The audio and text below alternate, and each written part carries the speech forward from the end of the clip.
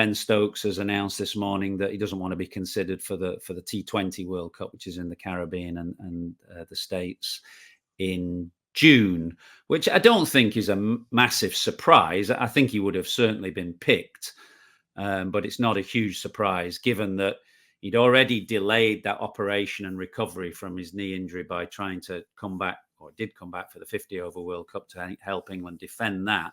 But that's meant that this recovery from his knee injury has been delayed, and he wants to get back to being an all-rounder in the Test team, which would help balance the Test team out for not just the 6 Test matches this summer, but also a very important 2025 when England take on India at home and then Australia in the Ashes. So not a huge surprise, I wouldn't say, Nas. Yeah, not a huge surprise. A bit of a blow, really. You want your big game players. England had a very poor 50 over World Cup, and you feel that Rob Key and the selectors are going to change a little bit. And anyway, I said I felt it was like a bit of the end of an era for that great white ball side that Morgan built and Butler took over.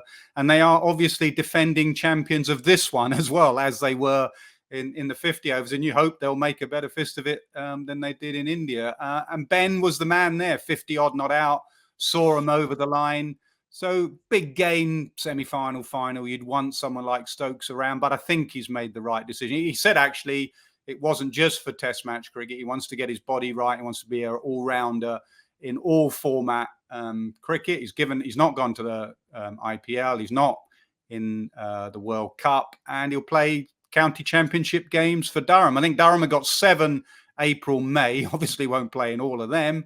And then end of June, they've got a couple. Now, if he had stayed in the World T20 squad, he'd have to play May for England against Pakistan to get ready for that. And he wants to get more overs into his body, I'm guessing.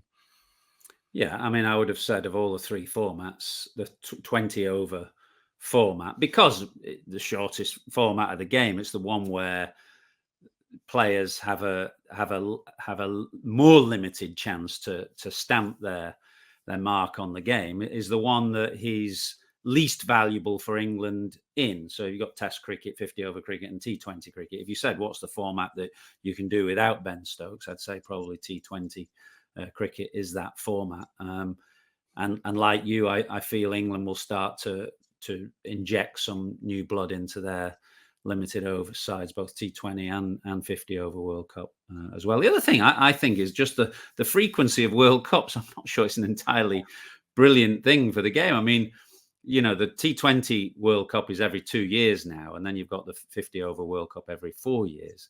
I feel that the World Cup should be special events, kind of once every 4-year events, but it's not quite sure that having them every 2 years, which means that I was looking at, by the time 2030 comes around, England will have played in 9 World Cups in a dozen years, which, what do you think? It's a bit too much, isn't it? Too frequent. We'll be long gone by then, 2030.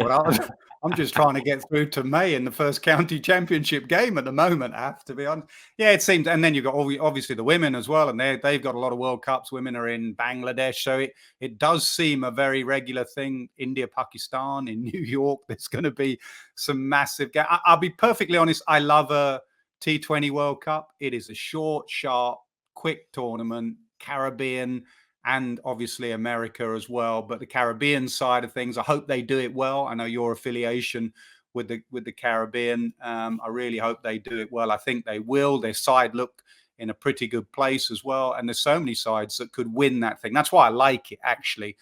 There are so many sides that could win that men's T20 World Cup.